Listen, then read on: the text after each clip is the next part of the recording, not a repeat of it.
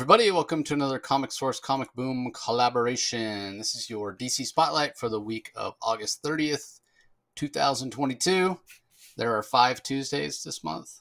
I think there are 5 Wednesdays as well.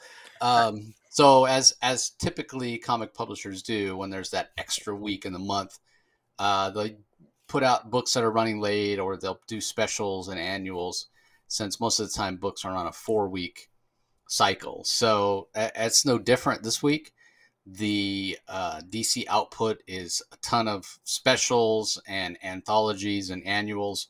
So even though there's fewer books, though, it kind of felt like there was more, because, you know, when you're talking about these anthologies, they're 80 pages. And a lot of times these anthologies come out and I don't realize that they're 80 pages, because it's a good mixture of story and different style of art, different writers, and I kind of get lost in the different stories. And before I know it, you know, I've read 5, 6, 7, 8 stories on it, and it's good. Unfortunately, this week, DC's output felt like reading homework to me. Like, I'm like, oh my God, I'm not at the end yet. I'm with you. Yeah, so it wasn't a week that resonated with me, and I kind of struggled to get through some of these books, to be honest. So, that being said, we'll kick it off with DC's Saved by the Bell Rev. This is sort of a back-to-school special, if you will, with a bunch of different stories in it. Gotham Academy story by Becky Cloonan and Brendan Fletcher. Carl Kerschel is the artist. Mosaic does the colors. Steve Wan's on letters. So that is the creative team that did Gotham Academy back in the day. Yeah. So I never read that, and I suppose if you're a fan of it, it's probably a welcome return. I know, Rocky, you were a big fan of it. There's a Suicide Squad story written by Tim Seeley. Scott Collins is the artist. Jim Kalis on colors. Wes Abbott on letters. So this was actually the team that gave us the King Shark, and it did have a bit of a King Shark feel to it. Super Sons, again, fans of that may recognize some of these. Not Patrick Gleason on art or co-writing, because he's moved over to Marvel, but Peter J. Tomasi is the writer, Max Raynor on art, Adriana Lucas on colors, Rob Lee on letters. There's a Green Arrow and Speedy story called Earn It Back by Dave Welgos as the writer, Mike Norton on art, Alan Pasolaco on colors, Steve Wan's on letters, which is interesting to me. Dave Welgos is mostly known for being an editor at DC, but he has written a few things. There's a Tiny Titans story. Again, you know, the people that do Tiny Titans are here, Art and Franco. So they write and do the art. Black Lightning story by Brandon Thomas. Craig Cermak is the artist. Hi-Fi on colors. Josh Reed on letters. There's an Azrael story. Again, the Azrael writers here. Dan Waters writing the story. Juan Ferreira on art for that one. Josh Reed on letters. And then it finishes up with Nightwing and Batgirl, written by writer Andrew Aiden, who I'm not familiar with. Nelson Daniel, also not familiar with, does the art. D. Cuniff on colors, and Farron Delgado on letters. So, like I mentioned, I'm not a Gotham Academy fan, so, you know, I knew who Mia or Maps was, I suppose. Maps from Mazajewski. I always get her. Yeah. Butcher her name. And the only reason I knew who she was because of the backup story we had for her at one point. So that was kind of lost on me. The Suicide Squad story I thought was okay. Again, reminded me of the King Shark mini that we recently had. I did enjoy the Super Sons story. I thought it was very well written by Peter J. Tomasi. The Max Raynor art was really fantastic. The Green Arrow and Speedy, there's no other way to put it. I thought it was kind of bad and boring. I thought the pacing was really bad. It didn't make like logical sense to me in terms of like the evolution of the characters or anything. So I'm sorry. I don't want to badmouth anybody. I don't think anybody, was trying to make a bad comic, but it just did not work for me in any way. Tiny Titans was fun, but Tiny Titans is always fun, so nothing really to expect there. The Black Lightning story, I liked a lot of what Brandon Thomas was trying to say, and the Craig Cermak art I thought was fantastic, but it was a little on the boring side, if I'm being honest. The Azrael story was interesting. It was additive to Azrael's origin, so I did appreciate that. And the Juan Ferreira art was really great. The Nightwing and Batgirl story, it felt a little strange to me. I didn't think that Dick Grayson was Nightwing while he was still in high school. and He seeing wasn't. Nightwing and Barbara Gordon as, dating in high school, again, something that didn't happen. So I don't know. That one just, it kind of didn't work for me either. So really a mixed bag with this book. And yeah, overall, just kind of okay. I mean, there's none of these stories where I would say, oh, you got to read this, you got to read that, other than the Dan Waters story that kind of adds to Azrael's origin. I don't think any of this is notable. So yeah, it was just kind of okay, I guess.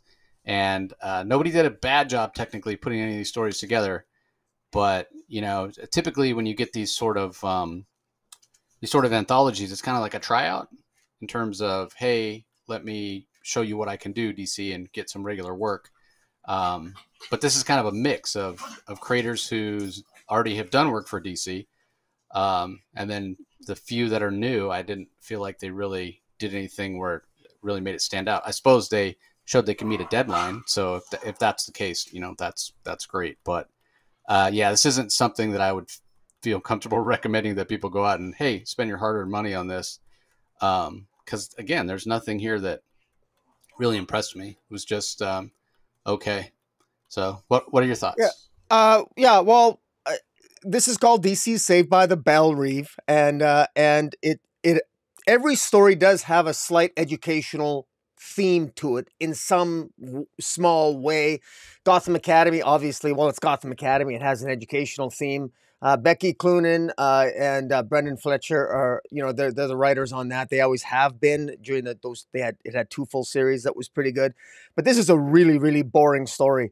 I didn't like it, but it's just plain boring. It's literally just, it's during the summer break where Maps is going back to this, back to Gotham Academy to clear out the room, and she's looking for her friend Olive's book, and it just ends with Solomon Grundy dropping off Solomon Grundy just appears at the end and drops off an olive tree while all the students have a conversation.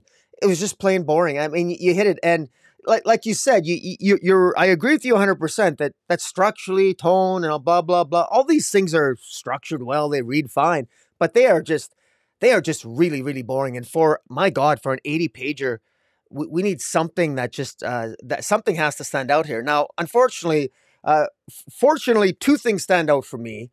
And the stories that stand out for me is I'm a huge Art Baltazar fan. I met him in 2019 at the New York Comic Con, and I got so many of his comics, and I got all the Tiny Titans comics, and I don't know how much detail you read the Tiny Titans story here, Jace, because I know that you're not an Amanda Waller fan, but Amanda Waller makes an appearance in the Tiny Titans because the Tiny Titans end up. I thought it was just a lot of fun because you and I have had a lot of fun, sort of, especially me teasing you with your hatred of Amanda Waller, and Amanda Waller ruins the fun of the Tiny Titans series because they don't realize that they're in a prison. They discover at the end of this story that they think that they're in Granny's Bell Pepper Rave Garden, but they're actually in Belle Reve prison where Amanda Waller is, and of course they meet Harley Quinn and the Peacemaker and all the stupid jokes. It's actually funny. It's as funny as Ambush Bug was in Suicide Squad, and it's a lot of fun. The art's fantastic because it is what it is. And the irony is that is clearly something. It's called Tiny Titans. Obviously, it's meant to cater to a younger demographic, but maybe it says more about the little boy in me. But I got the most pleasure out of reading that particular issue. The other one I like, you hit the nail on the head with the Azrael. It does.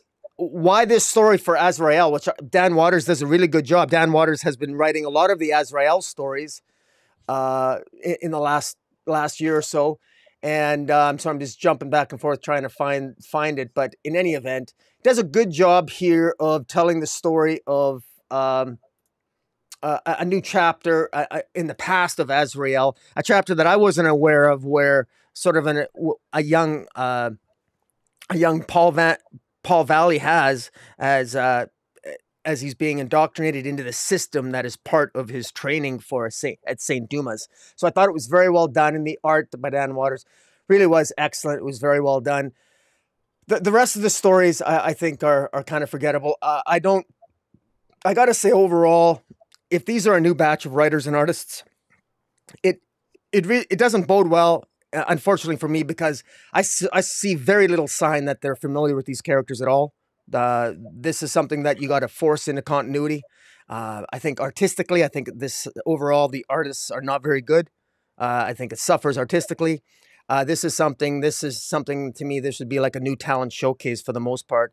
Uh, and it actually kind of worries me, quite frankly, because these are writers or artists that I frankly, we're probably going to see them again, and that worries me because I and I realize I might be panicking a little bit too much, but DC needs to get better out of the conundrums that they're in. And reading I just sort of shake my head.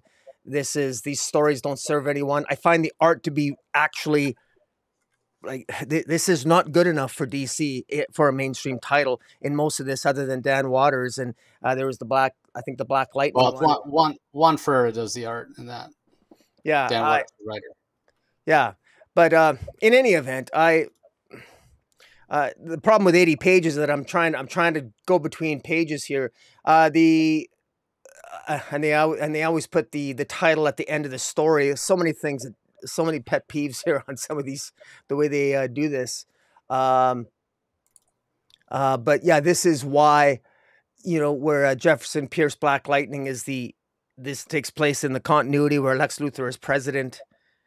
Why? Like I guess it's an out of continuity story, but why? And the message is, well, I guess Jefferson Pierce will compromise all his principles and do what he has to be the best education minister for the United States, even if the president is Lex Luthor. And I guess that's the message. Boring, boring, boring stuff. And now there's a message. There's one story we should mention. We should give a shout out to the Super Sons. It's great to see the Super Sons. And the Super Sons, Peter J. Tomasi, the Super Sons basically befriend a non-binary classmate who is being bullied, and they inspire the their non-binary friend to stand up for themselves and against bullies. And that was a good story, a good message. And so there's that. And yeah, but overall, I think for the price point and everything else, the stories here that matter are probably going to be reproduced in the comic anyway. If this Azrael story, which I think is significant, as you indicated as well, I think this is something that's going to be reprinted, probably as a backup in an Azrael comic book farther down the road. Because who's going to be buying this? Nobody. Yeah, it's unfortunate. And yeah, again, I get that and a lot of these names, when I was reading off the credits, will sound familiar. They're on properties that they've worked on before. So it's about half that, and then it's about half newer people. So yeah, again, especially that Nightwing story, it's a lot of newer people. So don't know how well it works, and it might just be first of all, DC don't do a back to school special again. Both Rocky and I felt like it was boring. Well, this idea of basing these stories on going back to school is boring compared to superhero stories. You know what I mean? I guess it can be interesting, and again, maybe it's just that this stuff's not for us. When you talk about things like Deadly Class or Gotham Academy or Strange Academy over at Marvel or any of those type of books, those are not, the classroom setting with young characters. Those are not typically series that I pick up and read because I'm not interested in that. I went to school.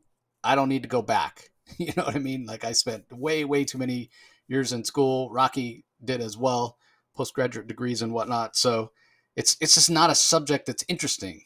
It can work. Don't get me wrong. I think the exception that proves the rule is the one story or series that was set in a school that I did love was Morning Glories. But even that was very frustrating for a couple of reasons. First of all, it never got finished.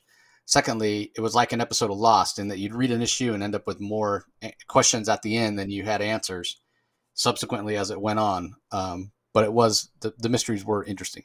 But for the most part, these aren't books that I typically would read because I'm not interested in that setting. So I think that's one of the things where this doesn't work for me.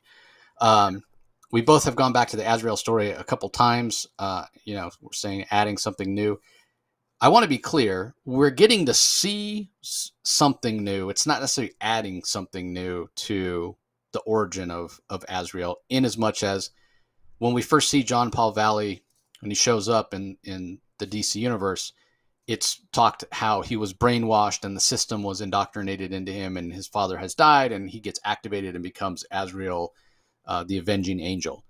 We've never actually seen that programming, but we did know that he was programmed, right? And that's what we're seeing a little bit of here, kind of the torture that the Order of St. Dumas put him through when he's a very, very young child. So Yeah. it's not 100%, like, oh, this is out of the blue, Dan Waters is retconning something. No, this is not that. This is him just showing something, just like Chip Zdarsky's showing in Batman the Knight, where we're getting new, glimpses of Bruce's travels around the world when he's training to be Batman.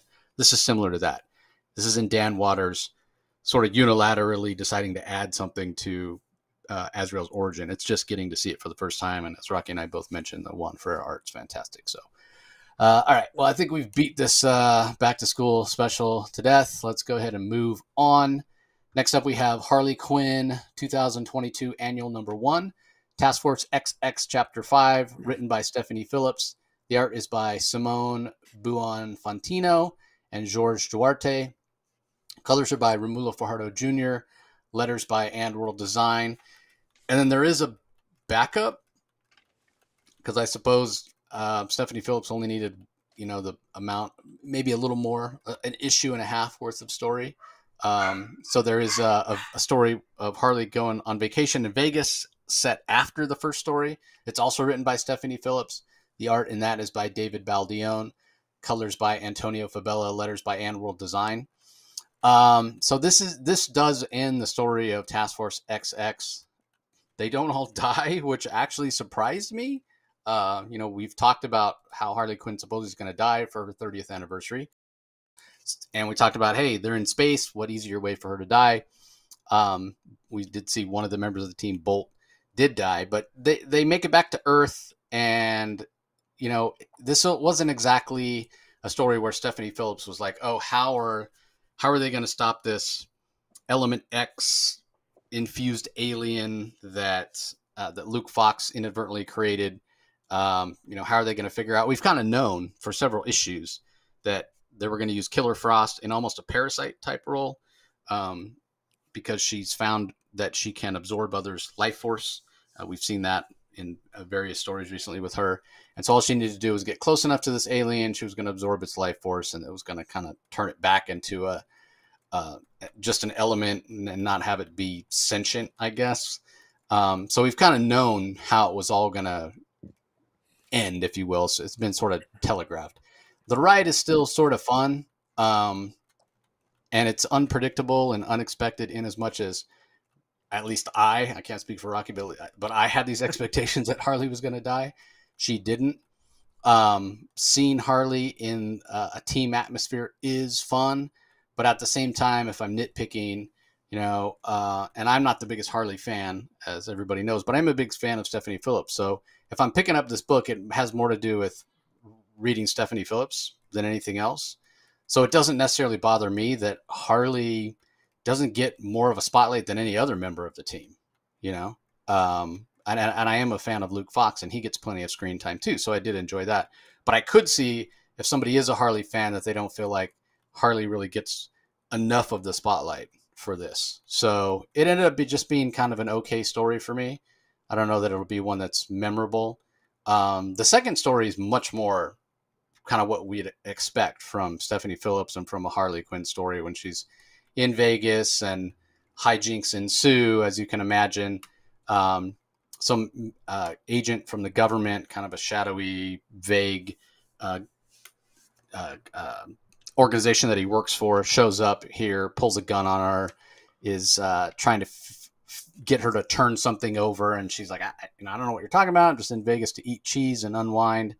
And then all of a sudden we see apparently some remnants of that agent or that alien who has followed her. And we find out that the agency the guy works for is actually the FBI. So not as shadowy or undercover as we might think. And her sidekick Kevin is there as well. So apparently, even though the first story says that yeah they won the day and the alien's gone and everything's fine. Apparently, maybe not so much because there is still some alien. I don't know if it's the same alien, different alien. Maybe this is the alien, but without the element X infused in it. Not really sure, but when you add in Kevin and you add Harley and it's Vegas and you add in an alien, again, I only think hijinks can ensue, and it's to be continued in Harley Quinn number 21. So that story to me felt much more like a Harley Quinn story. And I love the David Baldeón art. I haven't seen him do kind of the stylized, more cartoony style before, but I think it really works, obviously, because it's Harley Quinn, so it should be kind of out there. So I thought that worked really well, and the colors are very bright in the second story as well, which I get that the first story, we talked about this previously, is set in space, so you're going to see some blues and some blacks and things that are a little darker. But I don't know, it didn't really work for me as well. The color work in the first story throughout, I've thought that it would work better with brighter colors, and I'm surprised at the choice that Romulo Fajardo Jr. is making because he's a very talented color artist. I just think when it comes to Harley, if you want it to feel fun and kind of lighthearted, that you should be using a brighter color palette. And I mean, it's very obvious when you have these two stories that are colored very differently to contrast against each other in the same issue. So all in all, kind of an expected conclusion to the Harley Quinn space storyline and a little preview of what's to come in the next issue of Harley. So what do you think? I thought, I just, overall, it's funny when you made the comment about Harley Quinn in general, and about if you've been reading with Harley Quinn so far, I mean, you'll want to pick this up. I'm thinking that if you're a Suicide Squad fan, you want to pick up these issues of Harley, because this is basically Suicide Squad. I mean, it's even called Task Force XX, the main story proper. And this is Suicide Squad with Luke Fox instead of Amanda Waller. And I thought, despite it had so much potential, my one disappointment in it is that, it had Element X in it, remnants from Death Metal, and the Justice League isn't around. We got this Element X on the moon and everything else. It just seemed boring to me. And I thought that the main plot points were just boring. And that's just a shame. I wasn't really captivated by it. And it came out on a weekly basis, and it feels to me like they just really wanted to get this over and done with. As opposed to, I thought it was going to come out on a weekly basis because this was a big event. And, it's funny, last week when we reviewed, a couple of weeks ago, I think you had asked me if I'd read ahead, and you'd mentioned the death of Harley. And of course, I had read ahead, and I knew that Harley hadn't died. And it made me realize how disappointed I was, because this would have been so much better had Harley actually died. Maybe something would have happened from it. But literally, I don't know if that was just somebody blatantly lied in the marketing, because is what was said, that was the rumor. There was no semblance of everything. There was nothing close to a death for Harley in this entire series, and it never felt like anything was at stake. And I guess I know it's a comedy and everything else. I like the character moments between Luke Fox and Harley Quinn. I think that was kind of interesting. I like this new position for Luke Fox. I actually kind of like him having his own using his funding for something new. I think that's cool. But as a story itself for Harley, I was a little disappointed, to be quite blunt. But I actually really enjoyed the colors. You said just pop off the page for what happens in Vegas. That's perfect for a Harley Quinn story. I actually like that the alien remnant was still there and ends up in Vegas, and she ends up in Vegas. I actually enjoyed that. And so kudos to Stephanie Phillips. One thing about Stephanie Phillips' Harley Quinn run is that I've really liked elements of it, and then certain elements I don't like. She's very good at, she'll give you very different versions of Harley stories at different times. And I felt this is very much an about shift. She does have the capacity to sort of change gears on a dime. She can write a good Poison Ivy Harley Quinn story and then flip around and then work with Riley Rossman or tell a story dealing with Verdict, and then flip into a Task Force XX story like she did here. And now she's in Vegas. So, I mean, she's very good at wearing different hats as far as Harley's concerned, and to good effect. I enjoyed the second story more than the latter. But at the end of the day, it still didn't really grab me. And honestly, in fairness to Stephanie Phillips, I'll just say that maybe I'm just not in the mood for Harley anymore. I'm just I'm looking for something a little bit more serious, and I want, to me, for DC right now, and this isn't Harley Quinn's fault, and I'm speaking through the fourth wall to Harley Quinn. No offense to Harley Quinn, but I kind of want writers to start. I want to be able to start taking their stories more seriously. And I gotta be honest. This week, it's hard to take the stories seriously when I feel that they're being written for children, hoping that adults read them. And maybe that's just me feeling a little bit down right now this week. But anyways, the comic books. There's at least two good comics this week that I'll be singing the praises of. We'll get to them. Yeah, and another part of the reason that you kind of hit it on the head why I probably didn't enjoy this as much as I might have otherwise is the fact that it did come out weekly, like you said. And man, I mean, not being a huge Harley fan and having this come out weekly for me was, again, it just felt like a bit of a chore to get through this. Like, I feel like it's kind of a little bit or a lot to ask for me to be reading Harley at all. And I read it because I'm a Stephanie Phillips fan, not because I'm a Harley fan. And to have it come out weekly, like, oh my God, this is a lot for me. And, I sort of did it to myself back in the day, when I first started the Comic Source and I was doing the YouTube channel, and I literally read every single appearance of Harley Quinn in the DCU for like the first 5-6 years she was in the main DC universe. Yeah. And it was like, like when you do an eating contest, like a watermelon or a root beer drinking contest or whatever, and you just have so much of it that you literally never want to have it again. That was me for Harley. So yeah, having this come out weekly is just, it's a lot of Harley, especially for me. So yeah. All right, well, let's move on. Up next, we have The Flash 2022 annual #1. This is from writer Jeremy Adams.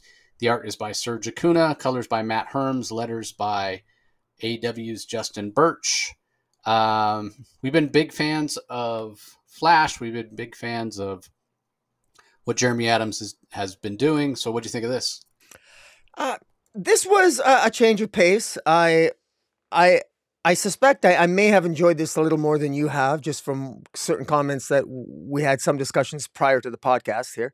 And I actually enjoyed the fun of this insofar as this, that Linda, Linda West, Wally, it's Love on the Run. It's right on the cover. This is Linda and Wally just, this is their love story in many ways. And Linda has written a book. And this is related to the storylines of Flash that have just ended. Linda and Wally are having a conversation about her speed powers, and Wally's joking with her. How'd you get them? When were you hit by lightning? And all this stuff. Jeremy Adams, he's having fun with this. And this story, what I love about this story is that it does play with a lot of tropey, crazy things. It's kind of predictable in many ways, but it's tropey, but intentionally so, because this is a story within a story, because it's Linda basically giving Wally her book that she just finished writing. And she says it's kind of a corny book. It's kind of a corny love story. It's one of those corny Harlequin romances. And it really is. And the bulk of this comic, and the reason why I enjoyed it is it really displays the love that Wally has for his wife.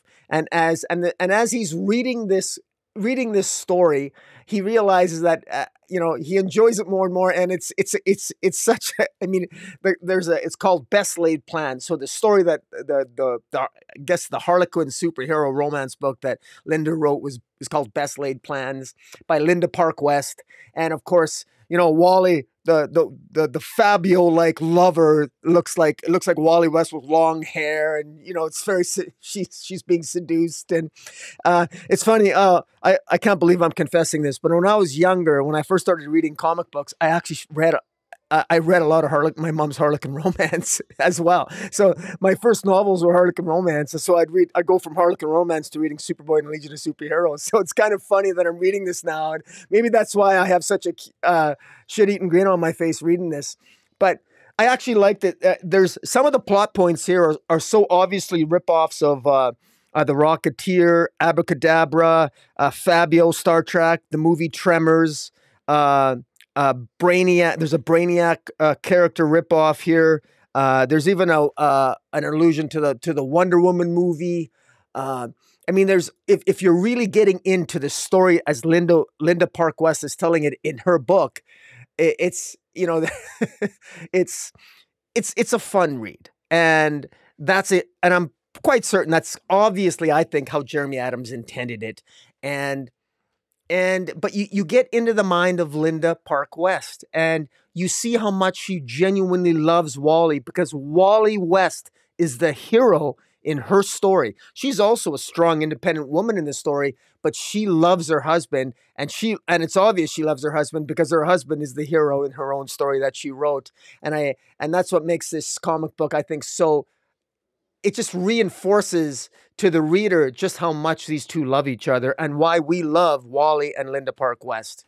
And that's why I enjoyed it. And it was a lot of fun to read, and a lot of good allusions to the plot. It had comedy. It had over the top moments. I thought the art was really well by Sergei Acuna, and the colors I think are really good. They pop off the page. I enjoyed this for what it was. This is what I think an annual should be. It's not connected to a larger narrative. This is just a fun. It's actually a character driven story that we learn something about Linda, how she feels for her husband, and how Wally feels for her. And it's done through a story within a story, and it's very intelligently done, well paced, easy to follow. I think Jeremy Adams did a really good job. So, what do you think? Yeah, I enjoyed it as well. I could see some people maybe complaining, hey, this doesn't move obviously this doesn't tie into Dark Crisis, so it doesn't move forward that kind of the main plot that's been going on in the Flash comic. But this is an annual, like you said, and it kind of harkens back to kind of the old days of annuals where it was, a story that wasn't necessarily connected to the main story that was being told. And so I appreciate that. And the other thing that's interesting about it, when Linda finally, in passing, got a chance to tell Wally, hey, I got superpowers, I nitpicked a little bit, and I mentioned that I kind of wish that it had been even more of a character moment. I mean, it was still really cool because it was a scene where Linda went running past Wally, and she kind of smacks him on the butt, and he realizes that she has superpowers. But I mentioned that I wish that moment could have lasted longer, right? That character moment of Wally finding out that his wife has powers, because I love the two of them together. Now, I haven't read as much of the Wally West Flash run as a lot of people have. I sort of fell off right when him and Linda were getting together, and I never read any of the stuff with the kids prior to this run. So I'm not as invested in Wally as a family man as some others might be. That being said, those character moments, or that kind of feel, that conversation that I wanted Wally and Linda to have, and felt was a little bit missing in that issue that had that moment with the butt slap. It's all here, right? Obviously, Jeremy Adams didn't have space to put it in the regular issue that tied in with Final Crisis, or Dark Crisis. So here he gets a chance to, give us all character moments. You mentioned it being a character story, and it's great the way he does it. With Wally reading Linda Park's book and seeing how much she cares about her husband, and he's the hero of the story, and all that. You mentioned all that. I won't reiterate it, but yeah, it's such an interesting take because it's almost like we're getting this character piece on Linda and this character piece on what the relationship of Wally and Linda is, but we're getting it not from the perspective of Jeremy Adams, but we're getting it from the perspective of this is how Linda sees their relationship, because she's written the book, and here's how she kind of sees it and fictionalizes it. And it's so great. So, it gives you all the feels of what their relationship is. And then there's a little bit of room at the end for us to get the actual Wally West, as opposed to William East, which is an obvious an obvious pastiche of Wally. But we get to see actual Wally West and actual Linda Park go on a date, running around the world, eating gelato and whatnot, and get those moments. So, and we do still get a little bit of seeds planted for future stories to come in the Flash once the Dark Crisis crossover is done, because we see that um, the former, or actually, I think he still is the warden of the prison there. What I can't remember. It's not Blackgate. That's in Gotham. Um, but Yeah. it's Iron Heights. That's it. Right. Yeah. Yeah, we find out that the warden of Yeah. Iron Heights is running for mayor. Can't remember what his name is. Does it say in here? Yeah. Gregory Wolf. Yeah. Yeah, Yeah. the Gregory warden. Wolf. Yeah. Yeah, and we know he's not exactly on the up and up. So that's a little seed that's planted. And then we don't actually find out how Linda got her powers, even though there's some banter back and forth. Wally's like, "Did you get struck by lightning?" She's like, "I think I remember being struck by lightning." So that's still to be explored as well. I mean, you could go just with the obvious, be like, "Well, she's around all these other people that have access to the Speed Force, and it just sort of bled off onto her." I mean, who knows? So Yeah. I'm sure there's a story to be told there. But yeah, you're right. The art by Serge Acuna is done very, very well. Color work is great. So this is very much in the same tone and keeping of what Jeremy Adams has been doing on the Flash for I have to a long say, just a quick shout out. I love that Linda's wearing a suit. She looks awesome in that Superman shirt. It looks really time. good. It looks really good on her. Just that blue, it really pops off the page, and it really looks amazing. She looks sexy as hell in that. I got to get one for my wife.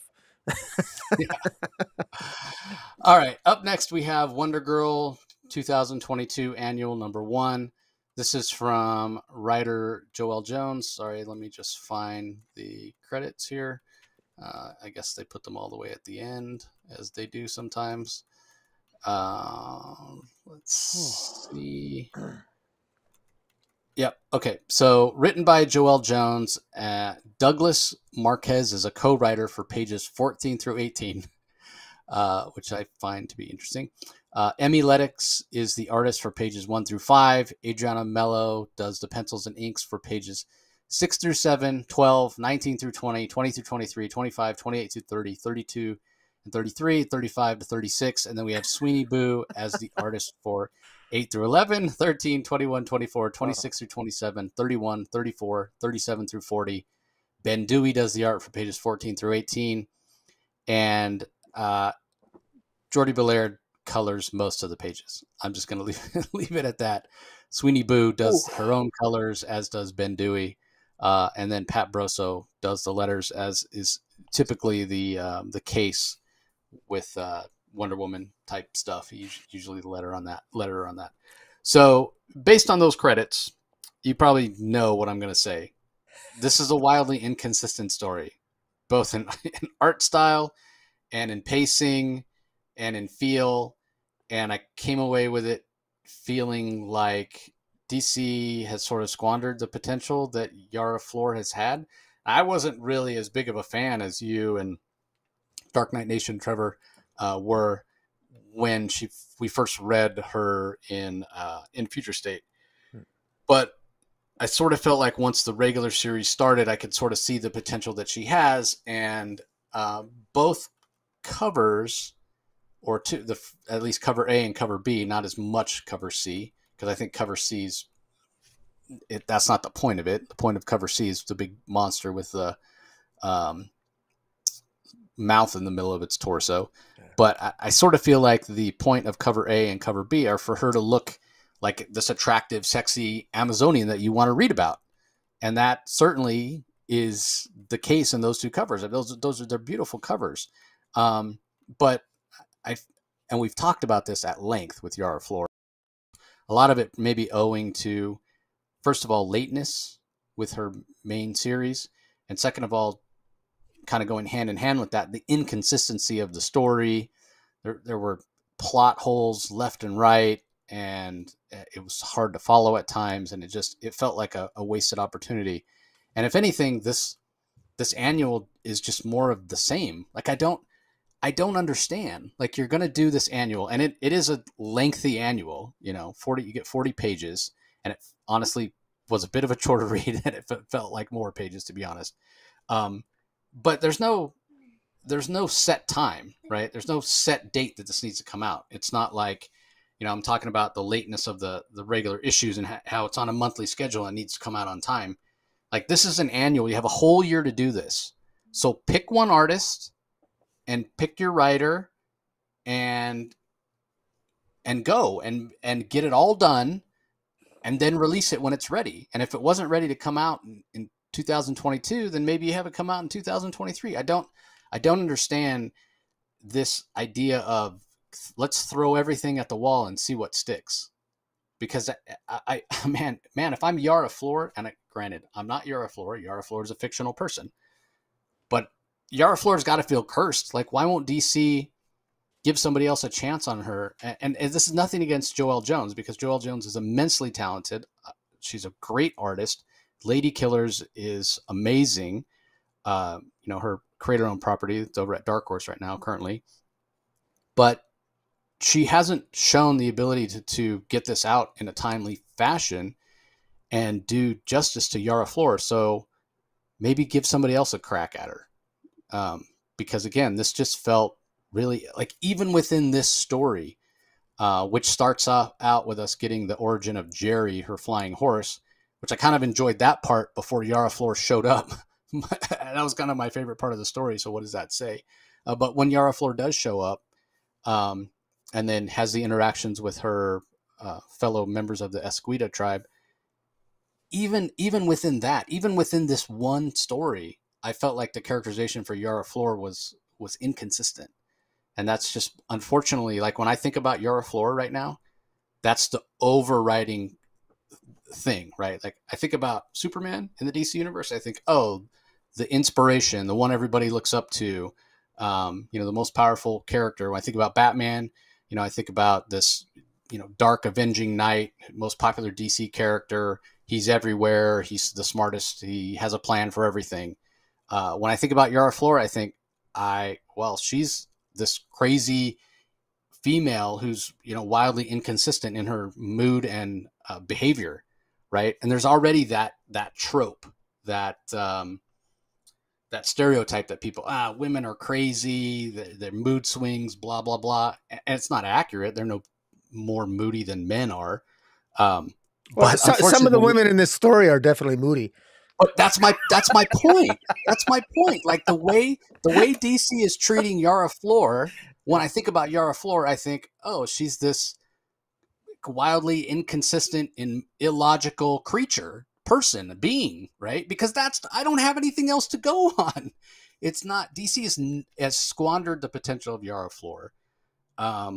And they're not doing justice to the character, because Yara Flor, the way she comes across, is not somebody, like, if she were real, I would not want to go near this person, because I don't know what the heck she's going to do from one second to the next.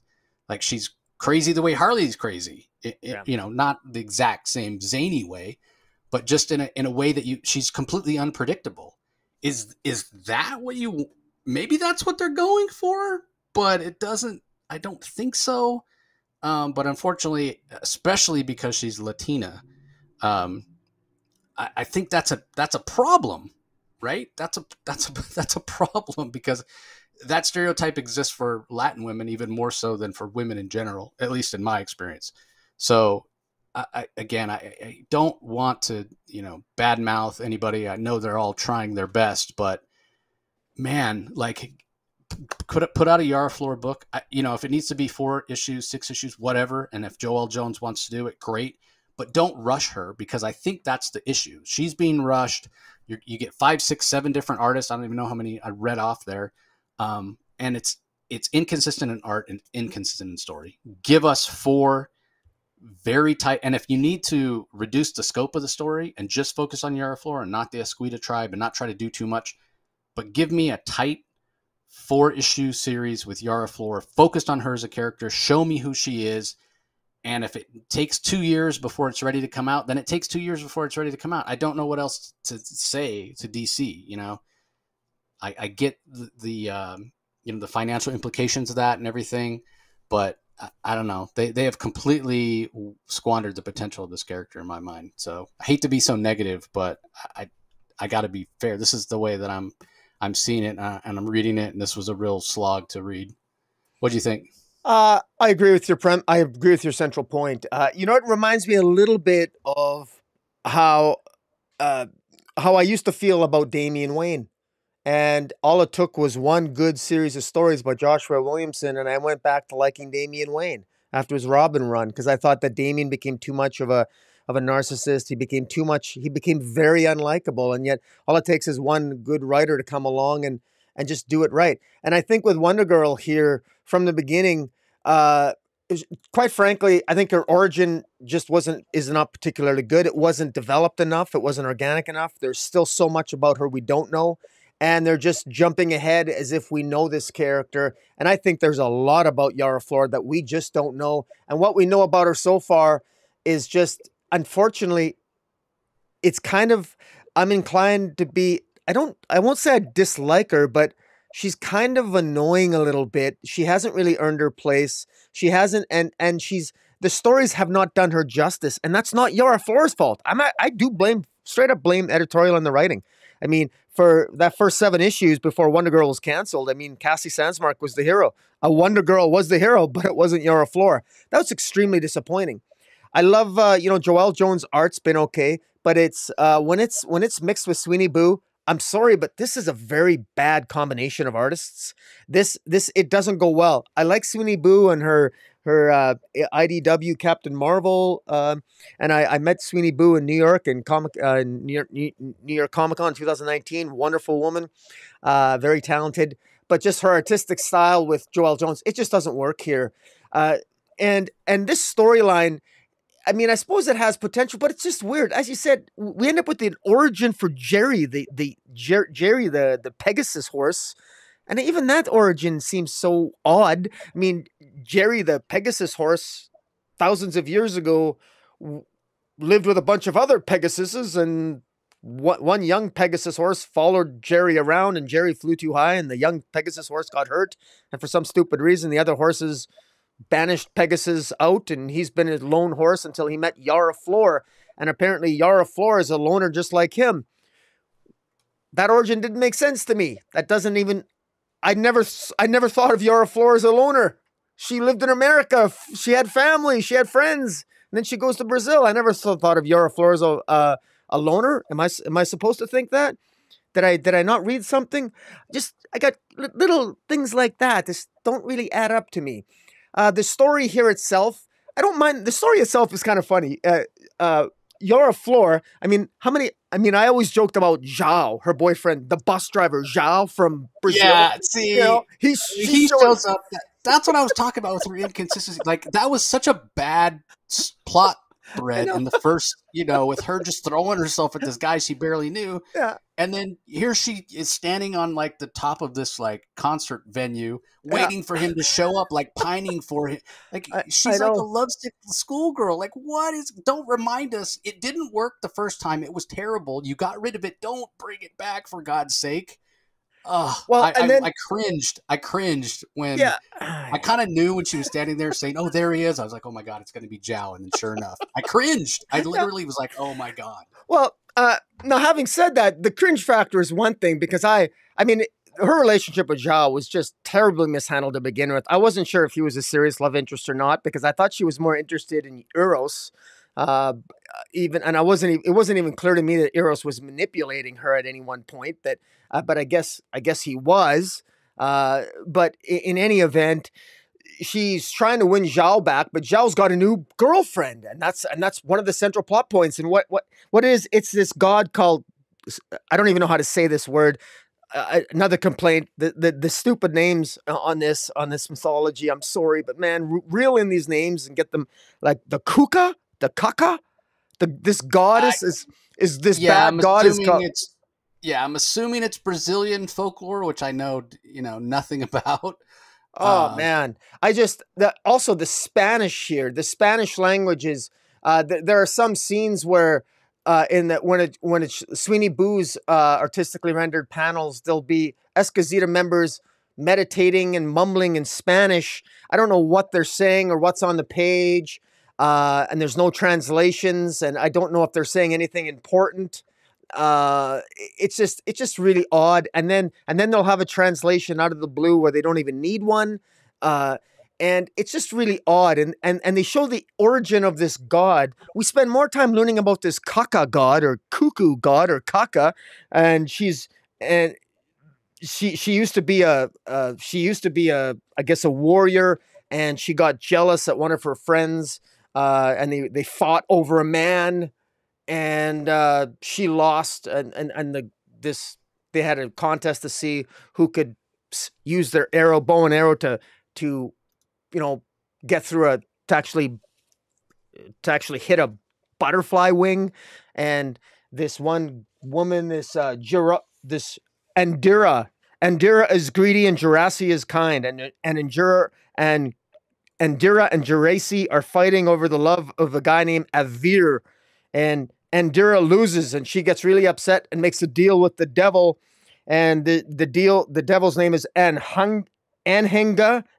He's the spirit of the underworld, and in retaliation, she kills Jurashi's newborn child, and she's cursed by this underworld god to look beautiful to men, but look very plain Jane to women.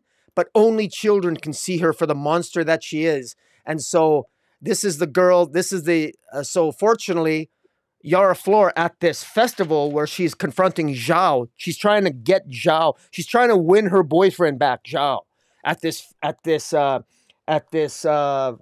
folklorico festival, and she confronts him. But this Kaka god is disguised as his girlfriend, and apparently this god appeared in issue 3 of Wonder Girl. I don't even remember that. Do you? I don't remember this. I remember only because of the way that Kuka looks. Oh man, Crocodile. I vaguely recall that. Yeah. But in any event, and in the meantime, this Kaka god is also controlling a monster that at the same time is attacking the Escazita tribe in their underground lost tribe in the Amazon. And just as they defeat Kuka, this monster and Sweeney Boo, with all due respect to Sweeney Boo, she's got to do a better job designing her monsters. It looks like a rejected Muppet. Or something you'd see on fighting the Cookie Monster on Sesame Street. It just looks silly.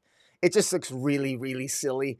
And it looks so when that's the monster that's on the third cover that I mentioned, cover C, and it looks sufficiently formidable and scary there on the cover, but not in the comic itself. No, it does, it does look like you're right. It looks like something from Sesame Street. I'm sorry. It just looks silly, and the divergent artistic styles in here. I mean, it's funny. To me, I make a joke out of it because I call Zhao the stage 5 clinger. He, no matter where, he's always following her around, and yet I always thought he was the clinger. Now, all of a sudden, she's trying to find him. Yeah. I'm thinking, you're Wonder Girl. You could, you could probably get a piece anywhere in the world. And you're going back to Zhao, the bus driver. I mean, come on. I don't know. I mean, this is, I don't know. I'm just hoping to me, this feels like they've taken pieces and bits and pieces of different plot points and they've thrown this all together. And I think when I think of Yara Flor, I think of her as a work of art, but some of the pieces are missing. And I think the true potential of this character has yet to be written. This wasn't it, but I guess we'll have to wait and see what the future holds for Yara Flor. Yeah, I can't say that I disagree. I disagree with you. The best is yet to come for Yara Flor. Somebody will get her right at some point. So, all right, let's move on. I didn't read the next one. And again, this goes back to I know it's the 30th anniversary of Harley Quinn, but I'm not a Harley Quinn guy. And I've been reading Harley Quinn every week for over a month now. And I just didn't have it in me to read 80 pages of Harley Quinn that are based on the Harley Quinn animated series. But it is an anthology, and if you're a fan of that series, I guess you might want to pick this up. We have the first story called Tawny Talks, written by T. Franklin. Max Sarin is the artist, Marisa Louise on colors, Taylor Esposito on letters. Harley Quinn, Poison Ivy, and Vixen in Double Date, also written by T. Franklin. This time art is by O'Neill Jones. Jordi Belair does colors, Taylor Esposito on letters. Then Identity Crisis, written by Alexis Quasanaro. Erica Henderson does the art, Taylor Esposito on letters. Showtime, written by Connor Shin. Logan Farber is the artist, Taylor Esposito on letters. Dr. Psycho and Wild Ride, written by Jimmy Mosqueda. PJ Holden does the art, D. Cuniff on colors, Taylor Esposito on letters. And then Mayor Joker in Two Jokers, written by Jameson Borick. John McKell does the art, Nick Filardi on colors, Taylor Esposito on letters. So this one's all you, Rocky. I know you've watched that animated series. What do you think of this?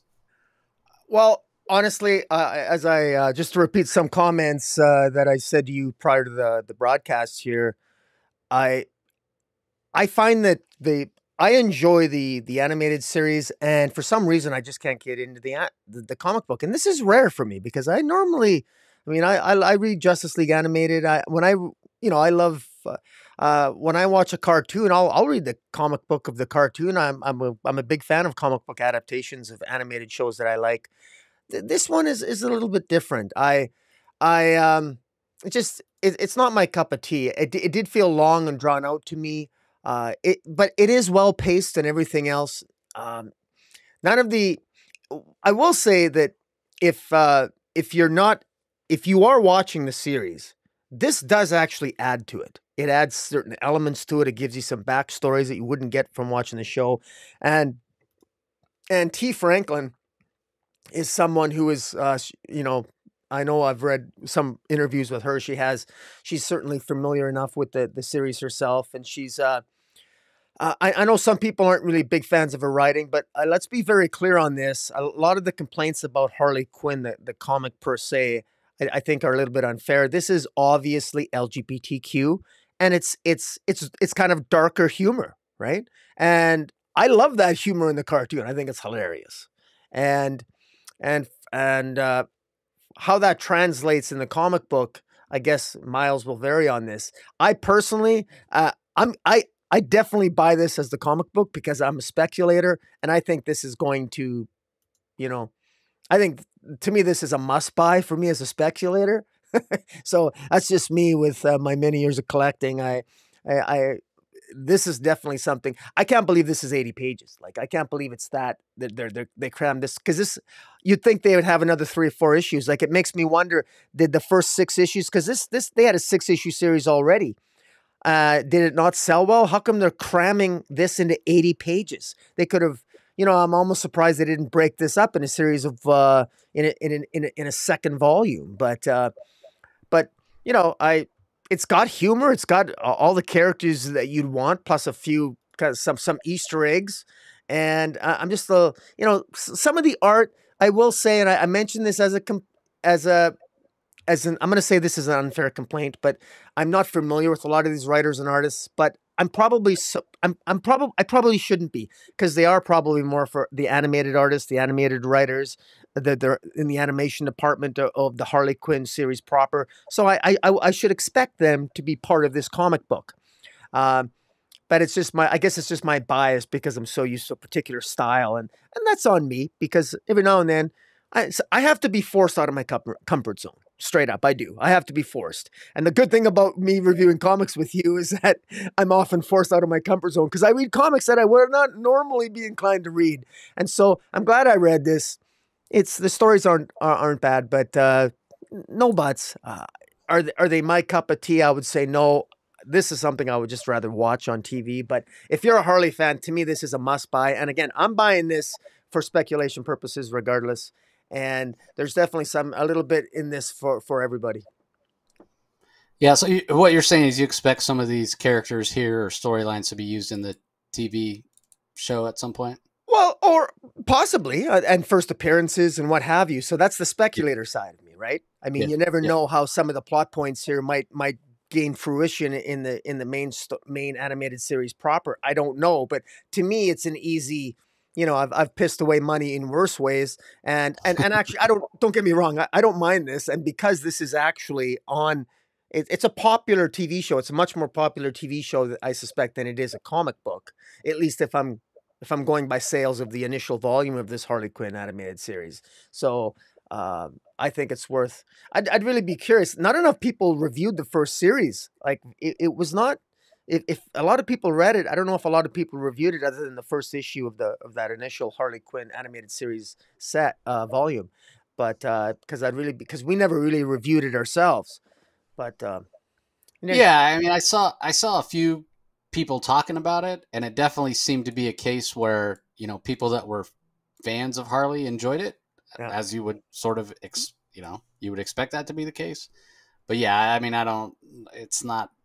Again, it's a Harley Quinn cartoon is not something I'm going to go out of the way to watch. But yeah, from my understanding, it definitely captured the irreverent feel of Jimmy and Amanda's first series, and got to take it farther. They got to hint at stuff. This show like actually says it. Yeah. So if I watch it, I'd probably enjoy it more than enjoy that version of Harley more than I do the regular version. So anyway, let's move on. Next up, we have Sandman Universe Nightmare Country. Wondering if this will sell more based on the fact that the Sandman show came out on Netflix and is doing really, really well. Anyway, written by James Tynion. Lissandro Esterin is the artist. Patricio Del Peach does the colors. Simon Bolin on letters.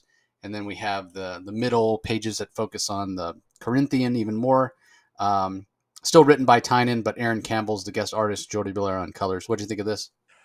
I really enjoyed this. This almost felt like a standalone comic to me, which was really surprising because it's issue 5 and this ends this story arc. And and surprisingly enough, it absolutely benefits readers if you've read the first 4 issues. But what I found so wonderfully serendipitous, and I actually said that word without mispronouncing it, serendipitous. I did it. That's 2 times in a row I said it right. But I finished watching the Sandman show on Netflix. And that Sandman show. It's fairly close to the source material of the first 7 or 8 issues of the Sandman, of Neil Gaiman's Sandman. And the story of the Corinthian is very interesting. And the origin of the Corinthian is recited here in issue 5.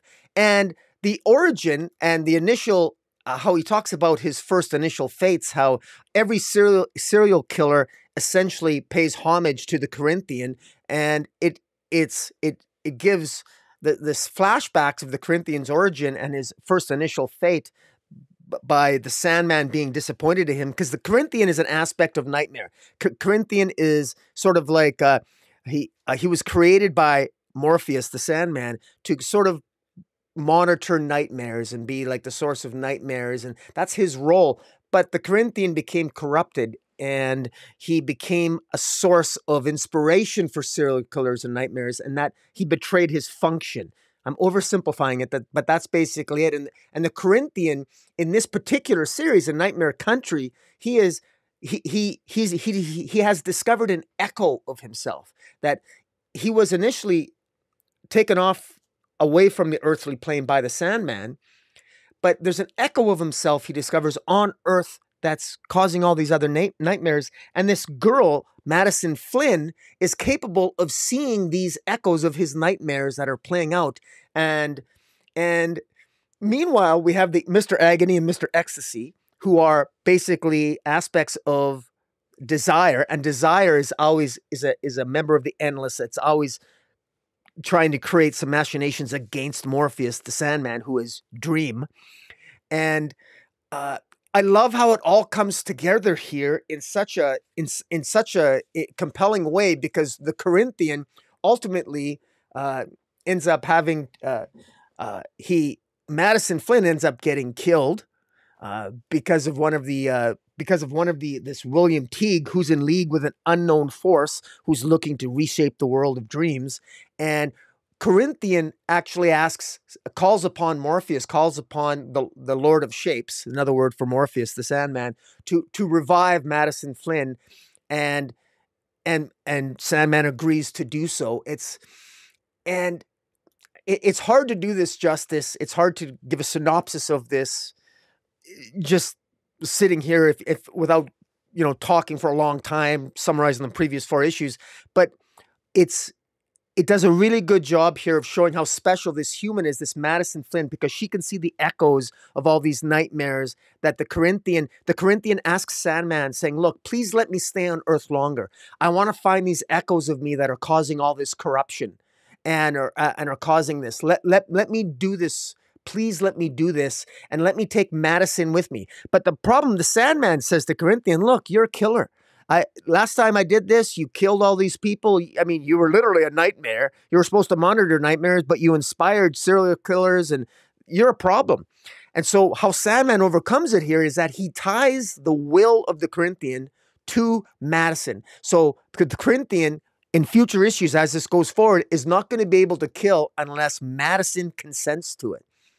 And since Madison has died, she's going to come back in a different form that's going to be created by the Sandman. So it's going to be really interesting, this new relationship dynamic, because Corinthian's will be governed now by this human named Madison Flynn, who's going to come back in a different form in future issues. So I'm really fascinated by this. The agony and the ecstasy are now being punished by their patron, who is Desire, who, if you're watching the series on Netflix, is sort of like the one who's trying to orchestrate Morpheus's downfall. There's also another force that's at play that wants to orchestrate the Magistrates and the Endless's downfall as well. So there's a lot in these first 5 issues. We've been getting a lot of stuff here. So if you're fans of Sandman, you're gonna love this. And just kudos to writer James Tynion, man. He nailed it. He did a really good job here. And Lysandro Etheron, you're gonna. Lysandro Etherin, I think is Etherin, yeah, great art, and I enjoy the coloring was pretty good here. I'm impressed. It felt like I could easily imagine this being another episode of the Sandman on Netflix. And I only read the first omnibus of Sandman, so I've only read the first 24 issues of Sandman. So I don't know the whole mythology, but I didn't need to. Thanks to the Netflix show and these first 5 issues and reading the first 24 issues of Sandman, I really enjoyed this. What about you? Well, here's the thing about this series that I'm not clear on. First of all, what's her name? The main character when she gets Madison killed? Flynn. Madison, yeah.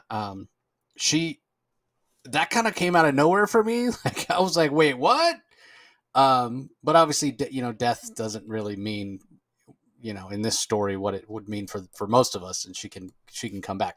But here's the thing: this is a Black Label book, so does that mean it's outside of? I mean, certainly when Neil Gaiman wrote Sandman, he wasn't worried about, hey, how's this going to tie into the superhero universe of DC? And eventually we did have Death, Morpheus show up in a couple of issues. I think Captain Atom and Superman issue, if I'm not mistaken, Action Comics. So I'm not sure. Like Black Label, it's supposed to be the writers don't have to worry about continuity. They don't have to worry about the constraints of that, and also for mature readers. But there's not. And again, I haven't read Sandman, so please, if somebody out there knows better. But nothing I know of in this series would contradict anything. Like, there's no reason this needs to be outside of the Sandman continuity. I don't think it is. What makes you think it is? I'm just curious. Because it's Black Label. Oh, this is a Black Label book. Yeah. And they say Black Label's not in continuity, so I'm not clear on that. But it's in the Sandman continuity, though, probably. But okay, then why is it Black Label? Why is it Black Label? I mean, the other Sandman universe books that came out, not the ones that came out. I think it was 2017. Yeah. I think was the year that they came out. They weren't Black Label. That was the same year that DC announced Black Label. I was there at WonderCon when they announced it, and they had all the different writers. Neil Gaiman himself wasn't there, but they had a video message from him. And then they had all the writers that were writing the Sandman universe books. There was 4 of them.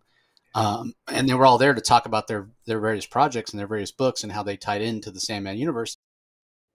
None of them were Black Label. So why is this Black Label other than it's outside Sandman continuity? But it doesn't appear to need to be. So yeah.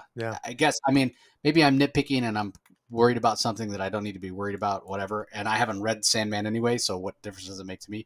But I'm just curious about it because you mentioned how the TV show, with focusing on the Corinthian, you can get so much more out of this series if you're watching the show or vice versa. So I just find that to be curious. So what I will say is, I've never been that interested in the Sandman corner of the DC universe, obviously, especially having never read Sandman. Which people always freak out when I tell them that. That one and Saga. When I tell people I don't read Saga, they freak out as well. But anyway, all that being said, it shows what a great writer James Tynion is, that I am interested in this story. So unexpected twists and turns in this one, and I mean, I don't. Let me look it up real fast. I don't know that this is a limited series, but I'm gonna look it up real quick. Because yeah, you mentioned I assumed that Madison. You mentioned Madison coming back in a different form. Well, for how long? Like, yeah, I don't know. How long is this? How long does this go? You know, Yeah, yeah. It's good. I have no idea. Sandman just mentions that he's going to bring her back in a different form. Yeah, because well, I will say this: it doesn't say Sandman Universe Nightmare Country number 5 of 8 or whatever. There's no number, as opposed to something like Dark Crisis that says 1 of 7 or 3 of 7 or what have you. So maybe it's an ongoing. So yeah, I hope it is. I'm enjoying it. All right, well, let's move on to the last book we're going to talk about in detail. One that a lot of people have been waiting for, with some really cool covers. I got to say, as much as I haven't been a fan of the bare-chested gladiatorial Superman, there's some pretty cool covers here. Superman Warworld Apocalypse. There's a host of creators on here. So we've got writer Philip Kennedy Johnson, and art from a ton of people: Brandon Peterson, Will Conrad, Max Rayner, Miguel Mondoka, colors by Lee Luffridge, letters by Dave Sharp.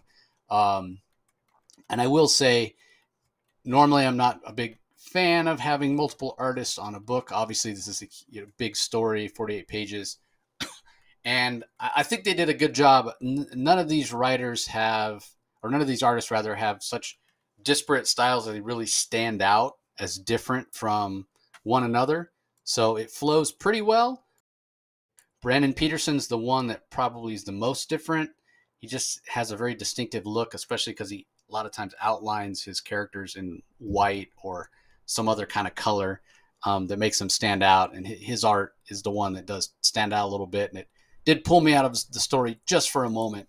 But overall, I thought the art was really, really strong. And I'll let you talk about the story first before I give my thoughts. What do you think of this? Like I said, I've been enjoying this from the beginning. Philip Kennedy Johnson did not disappoint me on this. One of the things that I thought he did really well here is that Superman, in winning the day here, he wins the day not because he gets his superpowers back. He wins the day because of who he is. He wins the day because of his moral center. And he really did inspire the Phaelosians and the other slave people, the people that were enslaved on Warworld. He inspired them through his actions. And I would remind people who have been reading this that at the very beginning of the series, Mongo was known as he with the chains, and you gained honor on Warworld if you had more chains, and the more chain links you had, that meant the more people you killed, and so that was a sort of source of honor. But by the end of this, it's the unbloodied sword that has the most honor, because it used to be that if your sword had the most blood on it, that means you've killed the most. It's just like the long chain. You've got some honor.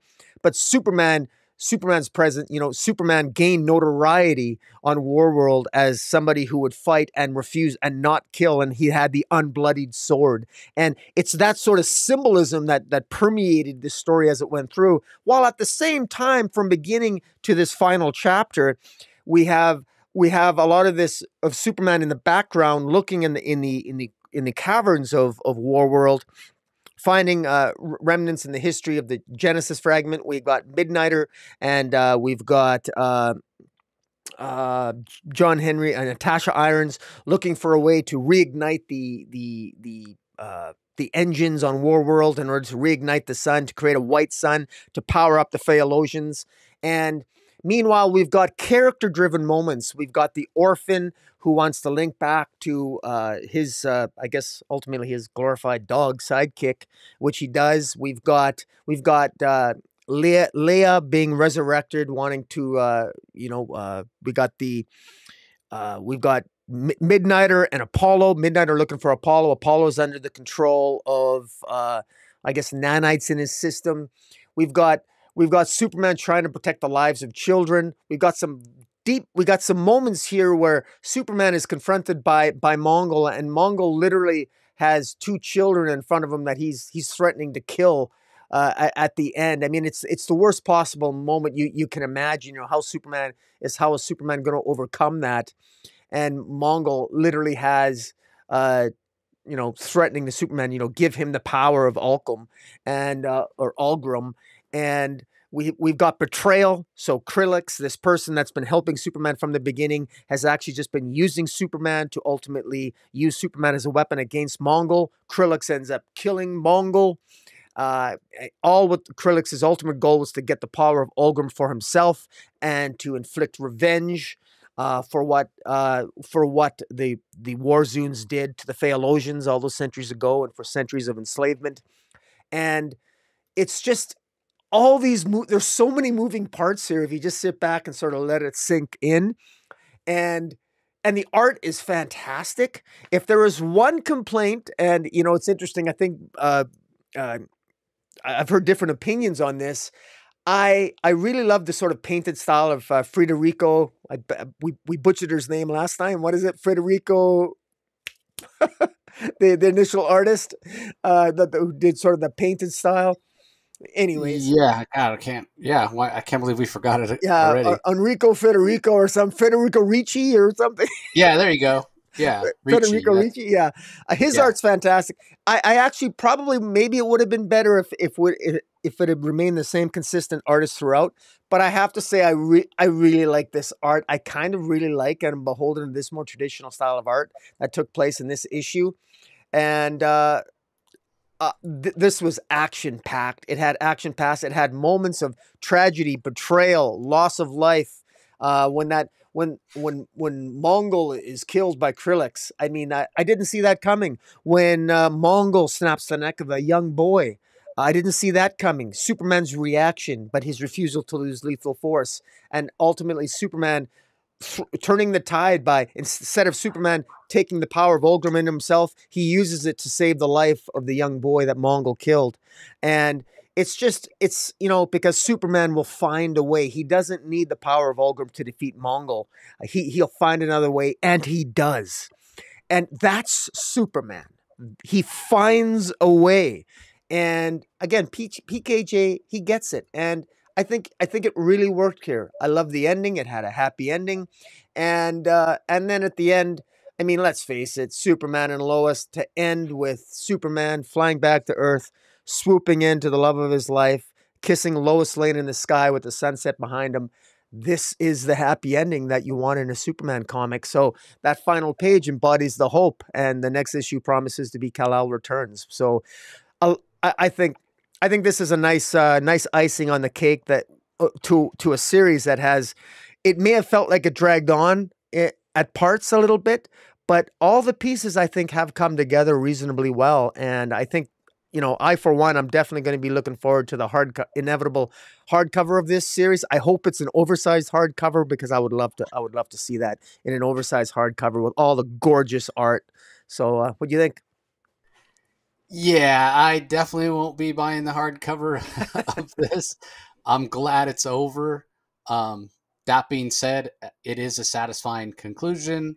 I mean, my favorite page is the last page as well. You mentioned it, Superman kissing Lois up in the sky.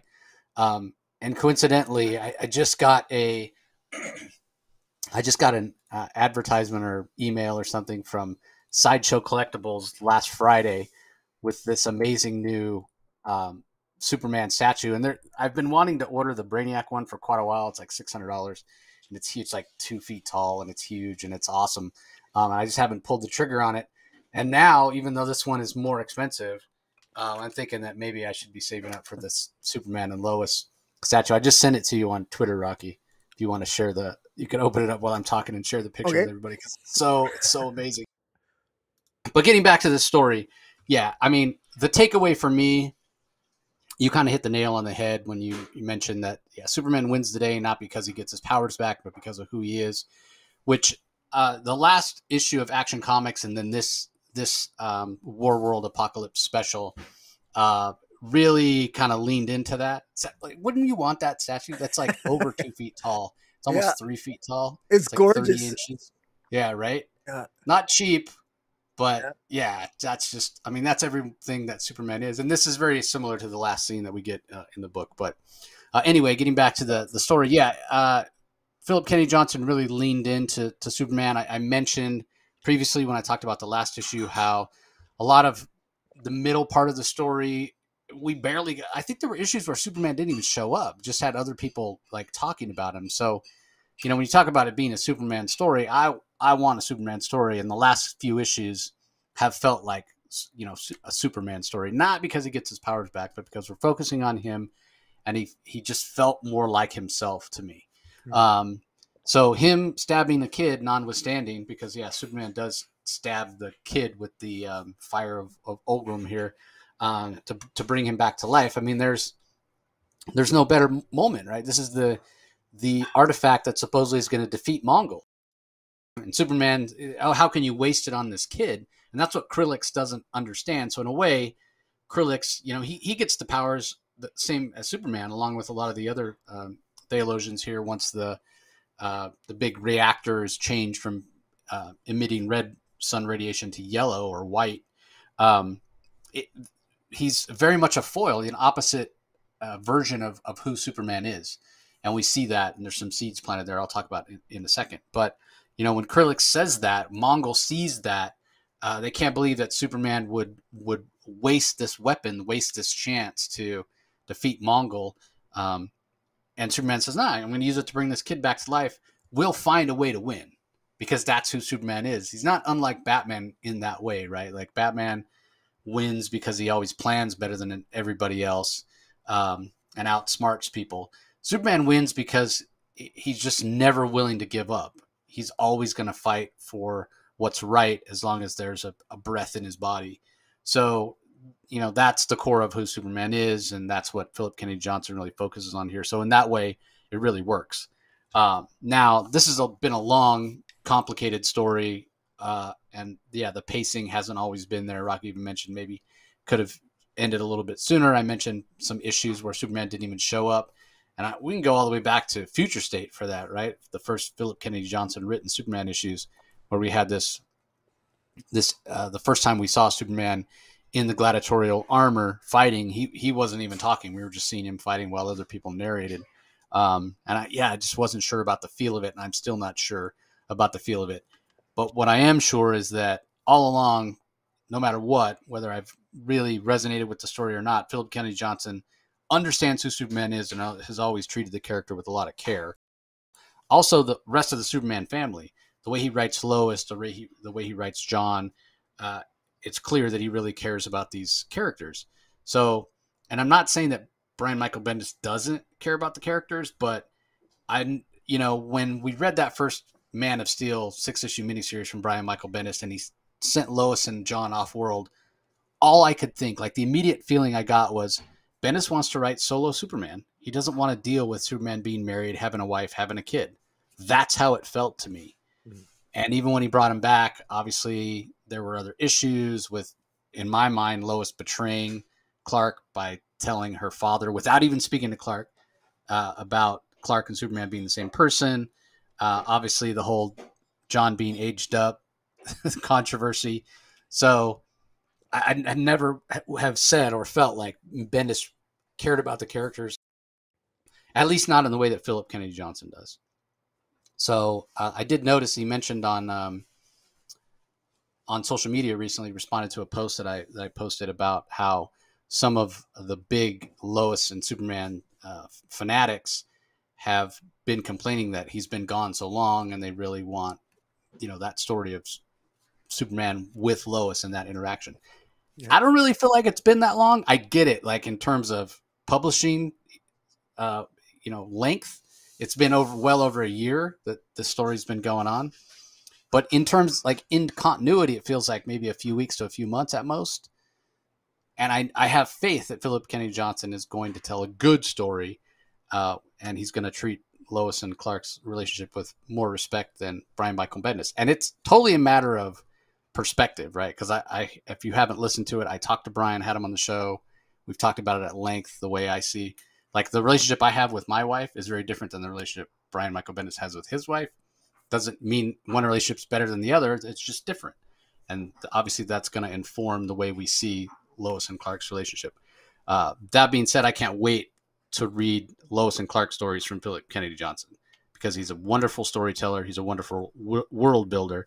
And even if this story wasn't maybe my favorite Superman story, in the end, it does end up feeling like a Superman story, very much so, with the way it all came together. So while I might not be looking to get it in hardcover and reread it, I think it was successful in the long run. It's just probably not one that I'm going to go back and reread. But I imagine, and I said this last time when I talked about the last issue of Action Comics that we reviewed, there's probably some kid out there, 13 or 14, who's read this, who's going to feel about this the way I feel about the Exile saga. That's right. Yeah. I 100% could see that. So kudos to everybody involved. I think the art was spectacular. There's some great covers, but I'm glad it's over. I'm ready for Clark to be back in his normal Superman costume, back on Earth with Lois. And the other part of this, I'm curious to see. So does this mean John goes back to being Superboy?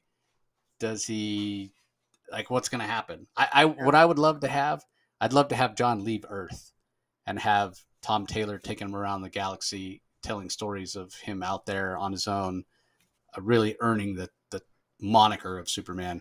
And I'm never a fan of having two characters of the same name. I've talked about this, whether it's Miles Morales and Peter Parker, whether it's Jace Fox and Bruce Wayne, whether it's John Kent and Clark Kent. Give them a different name, man. I don't like having two superheroes with exactly the same name. It doesn't make sense to me. I don't like it. Yeah. So anyway, yeah, I'm glad this is over. I think Philip Kennedy Johnson stuck the landing. And yeah, I'd be curious to see what people think of it in the long run. Yeah. Yeah, we also have coming out this week is the first 3 issues of Dark Crisis with the additional logo on it. Dark Crisis on Infinite Earths issues 1 through 3 are resolicited. So, yeah, I'm kind of curious if they'll ever release that cover that they gave out at San Diego Comic-Con. I kind of feel like they will. You know, it said it was exclusive just for people who were at Comic-Con, but I feel like that's never actually the case, and it'll eventually make its way to everybody. That being said, I think you can find it on eBay for it was selling for like $20. I don't know if it still is. So anything else you want to? Anything else you want to plug while I talk about the collections that are coming out this week? Well, I do. Well, you and we're probably going to be reviewing some more Scott Snyder independent work from his was it Best Jacket Press, and they're coming out later on this week. And every Sunday I do some further indie reviews with Jim at Weird Science DC, and followed the next day DC reviews with you. So this week should be good with further reviews with you for some Scott Snyder titles. The Canary, second issue of the Canary, second issue of, I think, Wildfire, and I think there's even the Dudley. What is it? Dudley Doolittle? Dudley Dotson. Dudley Dotson. Forever Machine. I think it's looking forward to that. So, yeah, I did see you and Jim. I haven't watched it yet, but I did see that you guys reviewed on your most recent one the Minor Threats from Patton Oswalt and Jordan Blum. That's right. Yeah, it's a great. We loved it. We both loved it. We both gave it a pretty high grade, 9.5. It's a lot of fun. Patton Oswalt. I love him as a comedian, and he's surprisingly good as a comic writer. I'm impressed. He's a huge comic fan, and I talked about this when I reviewed it last week as well.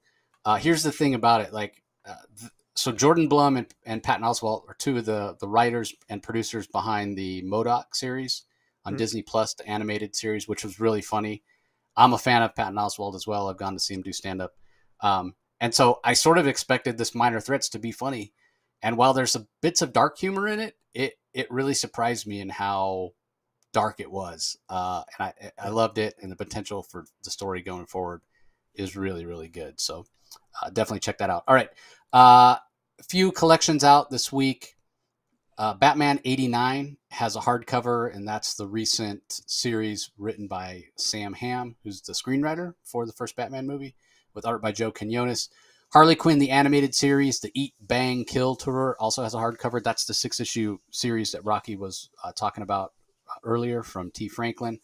The Joker, Volume 2, that amazing Jim Gordon series that is entitled The Joker to Trick People, which we absolutely loved, has its second volume out in hardcover. The Brightest Day, which was the follow-up event to Darkest Night from Jeff Johns, has an omnibus that's out, collecting the whole story. And then there are a couple of the DC kind of young adult graphic novels out this week.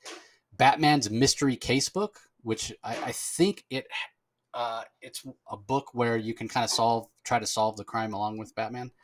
And then there's also one called My Buddy Killer Croc, which I know nothing about other than it's a young adult graphic novel starring Killer Croc. So he's not exactly kid friendly, so I'm not sure how that all works, but I'm sure it's age appropriate. So anyway, that's going to do it for this episode. Hope you guys all enjoyed it. We appreciate the support as always. Any last thoughts, Rocky? No, man. Just well, actually, what's your pick of the week? Tell me what your pick of the week is. I think I got to go with the Superman Warworld Apocalypse. All right, on. Okay, yeah. I'm gonna go. You know what? I'm gonna go the same thing too. I did. I really liked Nightmare Country, but Superman War of Apocalypse. I'll agree with you there. Yeah, good choice. Yeah, and the Flash was up there as well for consideration for me. But ultimately, just I don't know. Partly maybe the relief of it being over and seeing him holding Lois really puts it over the finish line for me. So everybody, don't forget, if you're listening to us audio only, head over to YouTube, do a search for Rocky's channel, Comic Space Boom ! You can watch us do these DC spotlights and see our smiling faces, and we put up art from the books and all that every week. Subscribe and leave comments and all that stuff. You guys know what to do. Conversely, if you check us out on YouTube all the time and you want to be sure you don't miss any of the other Comic Source content, most of it audio only, just go to wherever you get your podcast, do a search for the Comic Source, and subscribe. So as always, we appreciate the support, and we'll talk to you next time. See you later.